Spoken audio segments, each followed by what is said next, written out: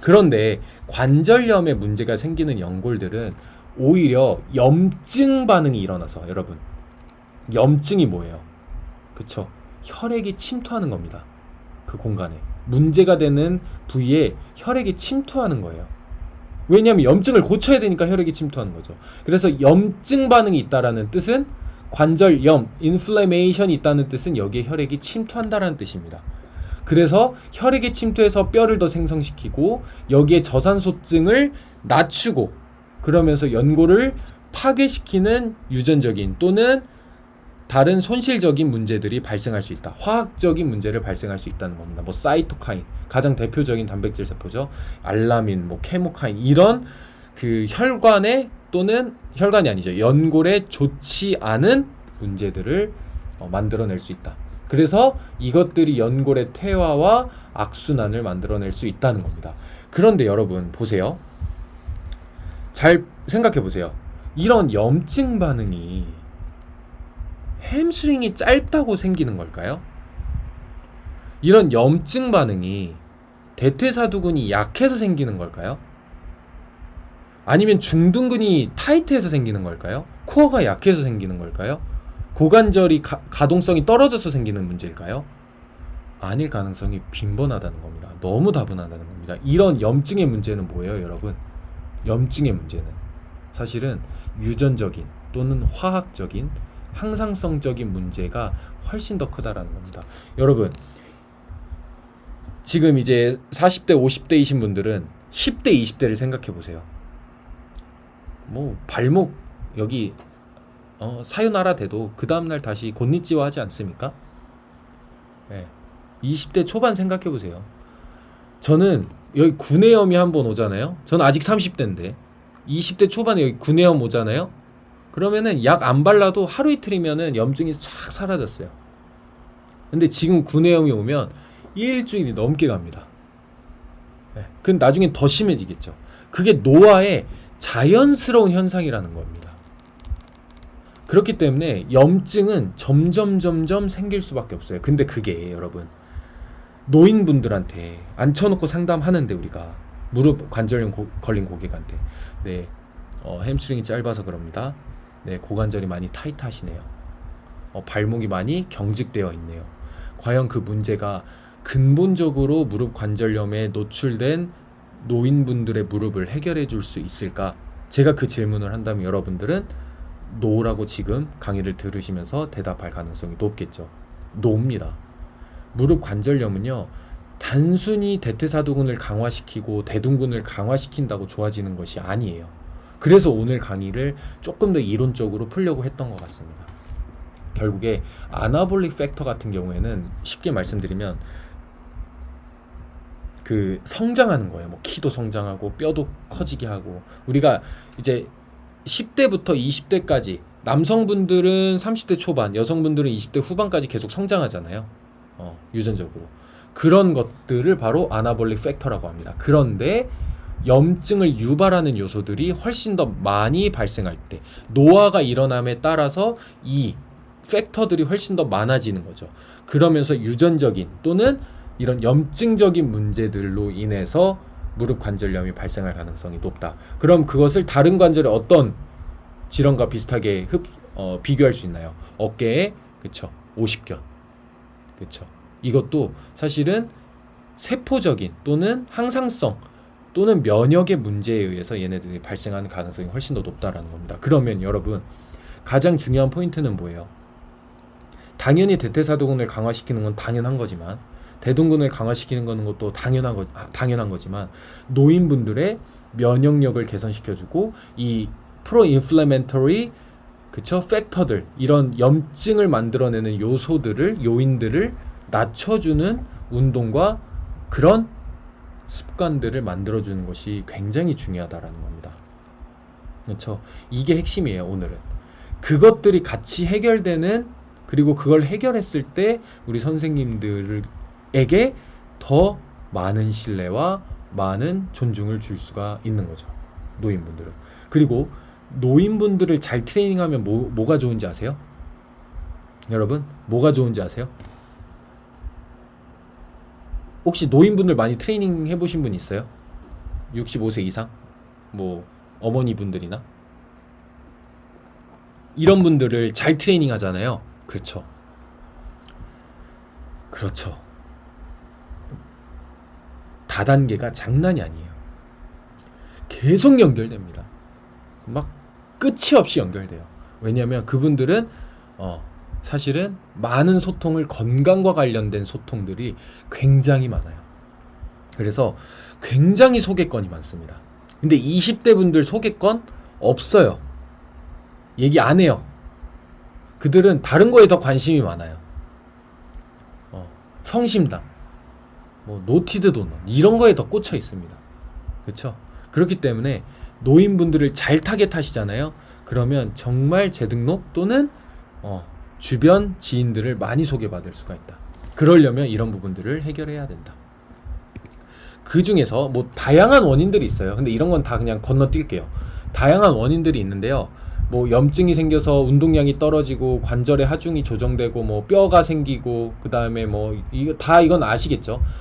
근데 제일 중요한 핵심은 무엇이냐면 첫 번째, 비만인 고객들이 염증 반응이 굉장히 많이 일어납니다. 그래서 오히려 염증 반응을 낮춰주는 이런 식습관들 있죠. 염증 반응을 낮춰주는 식습관들 또는 음식들 있죠.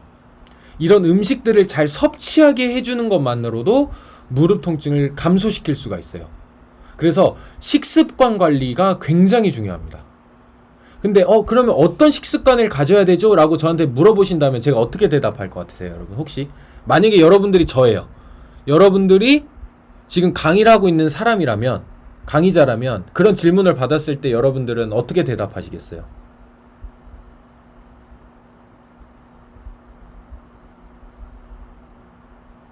우리 141분 어떻게 대답하실까요? 이미 지식은 다 나와 있다. 여러분들이 찾는 행위를 할 필요 없다. 챗 GPT에 쓰시면 됩니다. 무릎 관절염이 있는 고객인데, 무릎 관절염이 있는데 여기 이런 거 쓰는 거예요.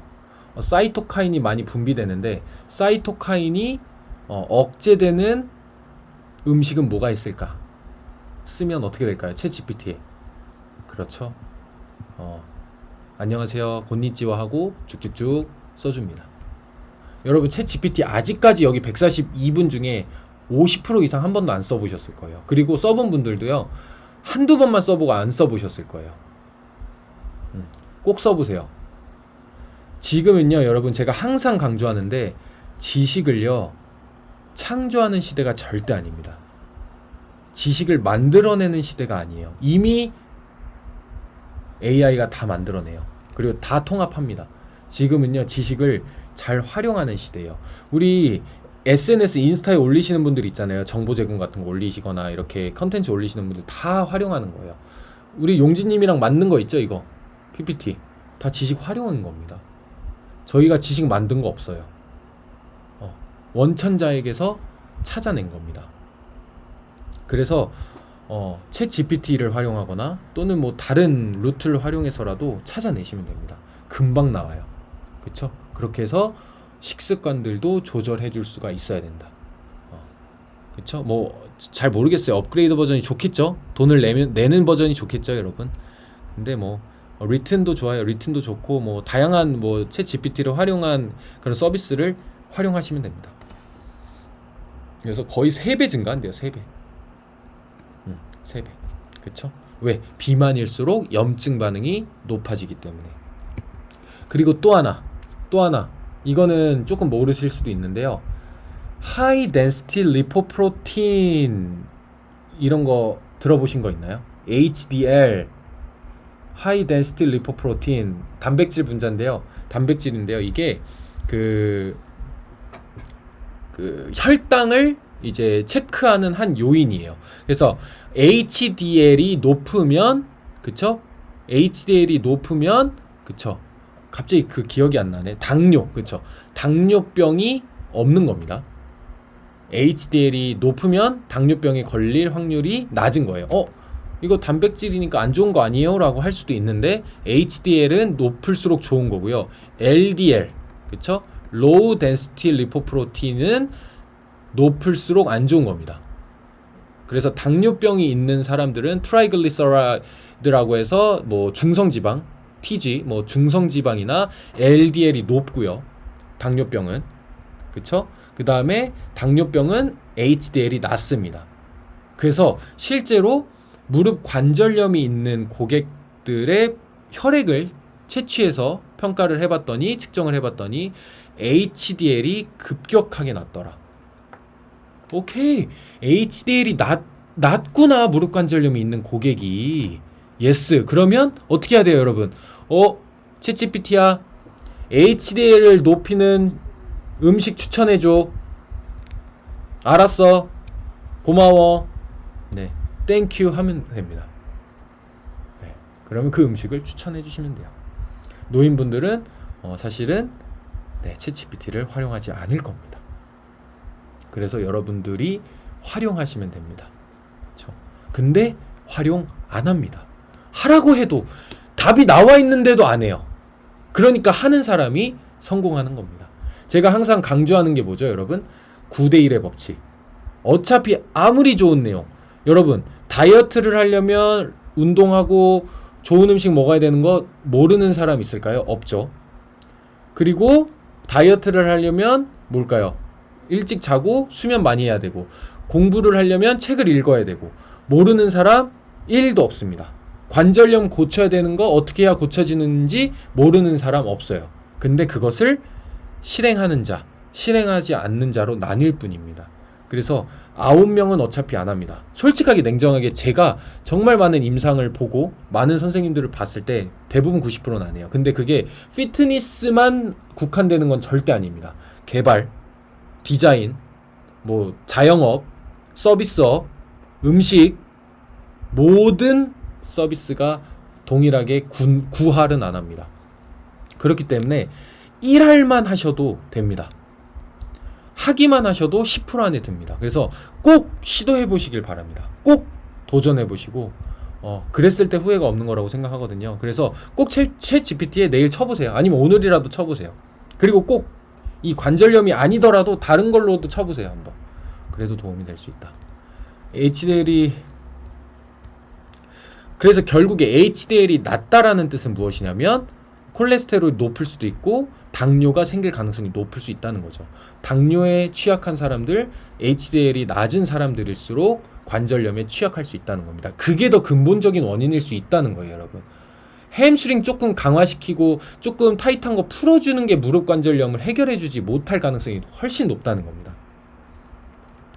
오히려 그런 염증 반응들을 낮춰주고 일상생활에서의 피로감을 낮춰주고 발열을 낮춰주고 부종을 낮춰주고 이런 염증 반응을 억제시켜주는 식습관과 운동과 다이어트 같은 운동들이 훨씬 중요할 수 있다. 그리고 즐거운 운동 프로그램들을 제공하는 게 더 좋을 수도 있다. 심리적인 것들이 신체적으로 연결되기 때문에.